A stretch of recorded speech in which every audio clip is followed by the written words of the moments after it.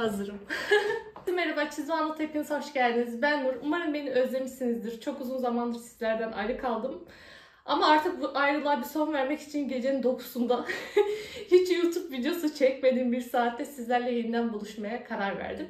Bugün sizlerle beraber 2024 ajandam hakkında konuşacağız. Aslında 2023'te nasıl bir ajanda deneyimim oldu ki bu ajanda bu kadar küçüldü. Biraz ondan bahsedeceğiz.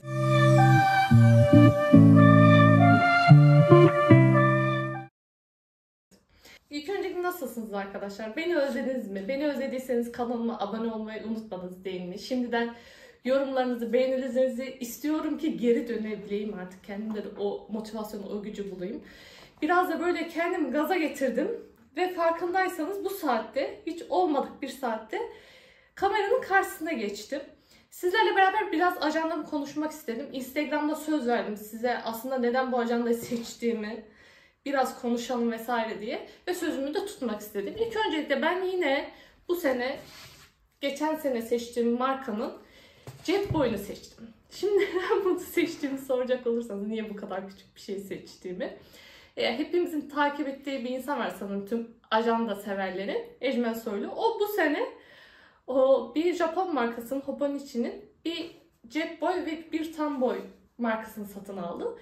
Ya böyle algıda saçıcılık mı dersiniz, ne dersiniz? Sürekli zaten TikTok'ta da benim karşıma artık bu sene o yarım boy ajandalar karşıma çıkıyor. Ve ben böyle çok arada derede kaldım. Biliyorsunuz o da pahalı bir markanın. Sonra o pahalı markanın AliExpress'te bir sürü muadili var vesaire. İşte bu sene ajandayı ne yapacağım falan diye düşünürken bu karşıma çıktı. Yani rengini gördüm. Rengini gördüğüm an dedim ki benimle geliyorsun. Bana geliyorsun dedim. Sepete ekledim ve satın aldım ve o markaya göre de fiyatı gerçekten çok uygundu. Yani fiyat o kadar uygundu ki yani geriye düşünecek bir şeyim kalmadı yani, tamam dedim bu. Aynı markadan devam ettiğimi bir anlatayım. Herhangi bir sponsorluk falan bir şey yok arkadaşlar. Biliyorsunuz bundan önceki ajanda deneyimlerimde ben hep bullet journal kullanmıştım aslında. Benim ilk ajanda kullanmam da, biraz bundan da bahsetmek istiyorum. Neden ajanda kullanmaya hala devam ediyorum? Biraz bundan da bahsetmek istiyorum sizlere. Ya çünkü ajanda kullanmanın gerçekten bir motivasyonu var arkadaşlar. Onu kaybettiğiniz an, yani bunu satın aldığınız şeyin hiçbir anlamı olmuyor. Bunu bir motivasyonla dolduruyorsunuz. Bu motivasyon da aslında tamamen benim şuradan çıkmıştı. 2018 yılının sonuna doğru filandı. Yani tam böyle Ekim, Kasım, Aralık aylarında falan doldurmaya başladım belki de. Bir 5 yıl oldu. Bundan önce ajanda kullanmıyordum ben. Keşke kullansaydım. Çok üzülüyorum o giden günlerime. Ama ben böyle defter tutmayı hep severim. Ders notlarımı da böyle ajandalara yazıyordum hep. Orada sınıf arkadaşlarım gayet iyi bilirler beni. O zamanlar kendime şöyle bir sistem geliştirmiştim üniversitede. Benzer bir sistemim vardı. Onun da sebebi şuydu. Anlatıyorum. Ajanda kullanmanızın neden lazım olduğunu anlatıyorum şimdi size. İlk öncelikle bu hikayeyi herkes bilir. Üniversitede biz ilk projeye birim biri deriz. İlk projemiz. Ve final jürisine ben çok uykusuz çıktım. Bu çok normal bir şey mimarlık öğrencileri için ama şimdi benim bünyem o gün öğrendiğim bir şey var. Uykusuzluğu kaldırmıyor.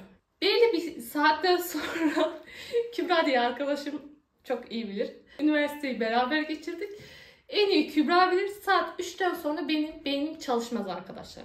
Saat 3'ten sonra bana sorduğunuz gece 3'ten sonra bana sorduğunuz bütün soruların cevabı evet veya hayırdır. Yani herhangi bir derinlemesine geçtim. Kübra ile şöyle bir anımız vardı. Bir kere bana dedi ki layer'ı, yani işte çizgi rengini hangisini seçtin dedi. Mavi mi kırmızı mı dedi. Ben evet demişim. Sonra kızım mavi mi kırmızı mı demiş. Ben yine evet demişim. O yüzden final jürisinden sonra bütün finallere ve sınavlarıma hazırlanırken onun 15-20 gün öncesinden ben bir planını yapıyordum. Uykusuz bir şekilde jüriye girmemiş oluyordum. Çünkü o birim birindeki jüride ben otoparkı yamuk çizmişim. Böyle anlatınca hiç komik olmayacak. Benimle beraber yaşayan arkadaşlarım gülecek. Buna çok eminim. Ben otoparkı yamuk çizmişim. Hocam diyor ki kızım sen otoparkı yamuk çizmişsin. Ama arkadaşlar ben otoparkı o kadar yamuk çizmişim ki yani böyle milimlik sapma falan değil. Gerçekten yamuk çizmişim ve büyük bir ihtimalle de onu da şu motto ile çizmişim yani. Artık bitmiş. Ben ajanda konuşuyordum. Ne anlatıyorum?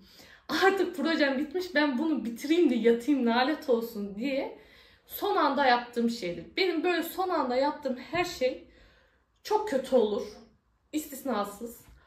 O yüzden son ana hiçbir şey bırakmamaya çalışırım. Bazı insanlar hani kapıya dayanınca çok güzel olur ya, son ana bırakırlar. Benim son ana bıraktığım her şey çok kötü olur. Bu yüzden ben yükselenim Kova, biraz da bunun da etkisiyle her şey planlı, düzenli ve benim istediğim gibi akmasını isterim. Eğer benim istediğim gibi gitmezse sanki böyle çok kötü bir şey olacakmış sanırım. Çok gereksiz bir şey. Bunu da niye bahsettim bilmiyorum. Ama benim ajanda tutmamın mottosu bu. 2018'de ajanda tutmaya başladığımda çok rahatladım. Benim zihnim feci bir derecede berraklaştı. Çünkü işte yapmam gereken şeyleri bir defter üzerinde, bir takvim üzerinde görünce benim için bir problem kalmıyor. Diyorum ha tamam, ben bunu bugün yapacağım ve o gün gerçekten onu yaparım. Asla kendime ihanet edemem. O gün yapmayacaksam da ben onu çok güzel bir güne ertelerim. Ama onu ne zaman, nerede yapacağım bildiğim için benim kafam rahat olur. Bu yüzden ajanda tutmaya başladım. Bir de böyle kırtasiye işini falan sevince tabii bullet journal'e de çok heves ediyorsunuz. Fakat çok uzun sene, yani 4 sene falan bullet journal yapmak gerçekten sıkıcı. Bakın, onu kabul ediyorum. Yani her hafta kendiniz için, yani o çizgiyi çekmeye bazen motivasyonunuz olmuyor. Tamam mı? Bazı günler gerçekten çok kötü olabiliyorsunuz. Kötü hissedebiliyorsunuz. Veya çok yoğun olabiliyorsunuz. O zaman da yani onu hazırlayacak bir motivasyonunuz olmuyor. O zaman da şu ruh haline giriyorsunuz. Diyorsunuz ki eğer mükemmeliyetçisiniz, benim gibi yay burcu, yükselen kova filansanız veyahut da normal hayatta da böyle bir şeyiniz varsa, ya hep ya hiç, ben bunu güzel çizmeyeceksem hiç çizmeyeceğim. Ya güzel yapacağım ya hiç yapmayacağım diyorsunuz. Bu sefer bullet journal da kullanmayı bırakabiliyorsunuz. Çoğu insan da bu yüzden ajandayı bırakıyor. O yüzden geçen sene bunu ben yine çok uygun bir fiyata aldım. Ve bence bu sene de çok uygun fiyatlı bir defter. Yani çok da memnun kaldım bu markadan. Dışındaki kılıf çok sağlam. Ben bu arada ajandalarıma zerre kadar önem göstermem arkadaşlar. Böyle benim için hiçbir kıymeti yoktur, hiçbir kıymeti yoktur derken rahat rahat böyle işte kötü olmasın sayfaları filan diye davranmam. Buna rağmen güzel dayandı. Dış kılıfı son derece dayanıklı. Bu yüzden de yine aynı seriden ben devam etmeyi düşünüyordum. Farklı bir rengini alırım vesaire diye. Şöyle içini de göstereyim. İçini de çok tatlı doldurdum. Hazır ajandaları alınca da kafada şu oluyor. Ya ben bunun işte içini nasıl kişiselleştireceğim vesaire diye. Onun hakkında da şurada bir videom olacak. Onu izlerseniz sevinirim. Gerçekten güzel yaptığım sayfalar şimdi.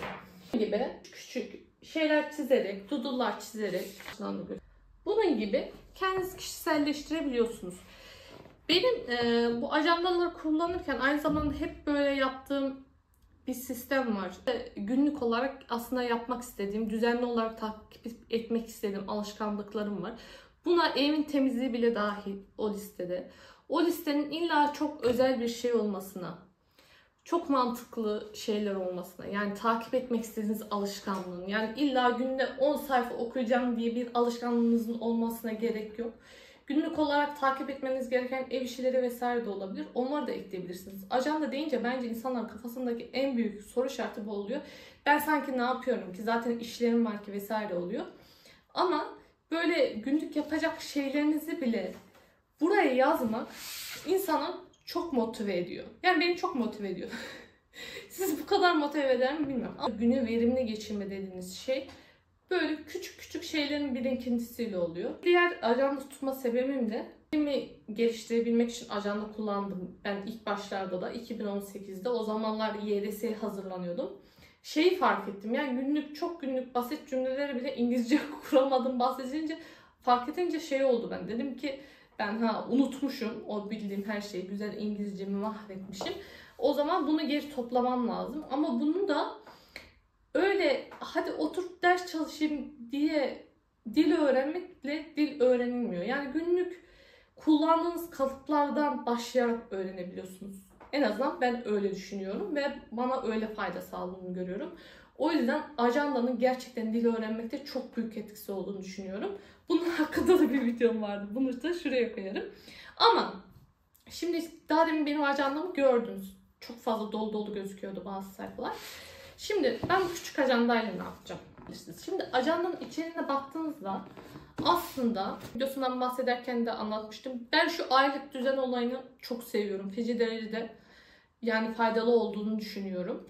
O yüzden yine bunda da o sistemin olduğunu görünce çok rahatladım. Birincisi bundan. Yani bu boyutu da çok küçük gibi gelebilir ama yani gerçekten her şeyinizi de not edebilirsiniz. Ben büyük bir ajanda kullandım ama çoğu yeri boş kaldı.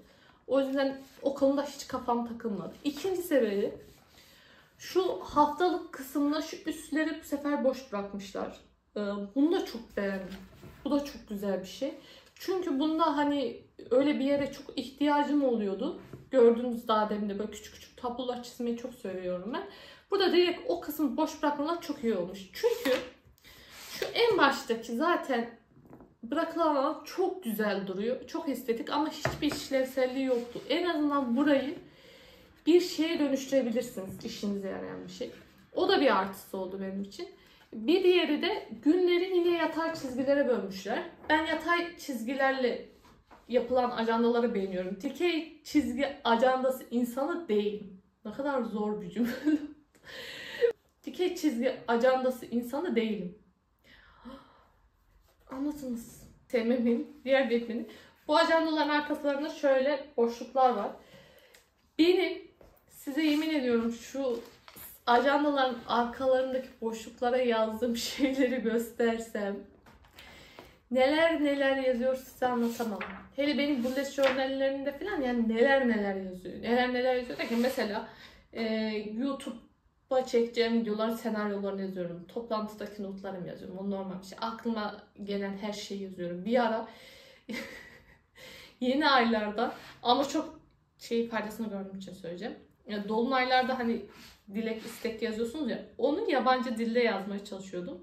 Müthiş bir challenge oluyor. Çok güzel. Ben böyle geçen sene falan oturup böyle karıştırdım o ajandaları. Neler istemişim de neler olmuş diye. Valla bir %90'ı falan olmuş. Maşallah geri hatta diye düşündüm yani buna geri mi dönsem falan diye. Çünkü hem dil gelişimine faydalı oluyor hem de neyi isteyip ne istemenizi böyle gayet iyi anlıyorsunuz. Ajanda o yüzden dedim ki bu Hobonichi'dir. Bir Japon markası işte. Onun yani muadili olabilir mi diye düşündüm.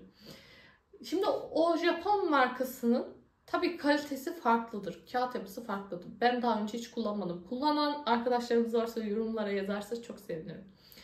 Ama boyut olarak veyahut da içerik olarak çok da eksik olduğunu düşünmüyorum. Ben sonuçta geçen sene bu markanın bir ajandasını kullandım. Çok da memnun kaldım. O kadar fiyat farkı vermeye gerek var mı sorusu yani tamamen kişisel, size gerek kalmış. Bu tamamen benim önerim. O markayı almak istemeyip yeni veyahut da yeni bir ajanda arayışında olup işte nasıl bir ajanda seçsem diye bu sene düşünenler için ben sadece yorum yapmak istedim. Bunun dışında videomu ilk izlediğiniz çok teşekkür ederim. Bir sonraki videoda görüşmek üzere diyorum. Kanalıma abone olmayı unutmayın. Beni Instagram'dan da takip etmeyi unutmayın. Bir sonraki videoda görüşmek üzere.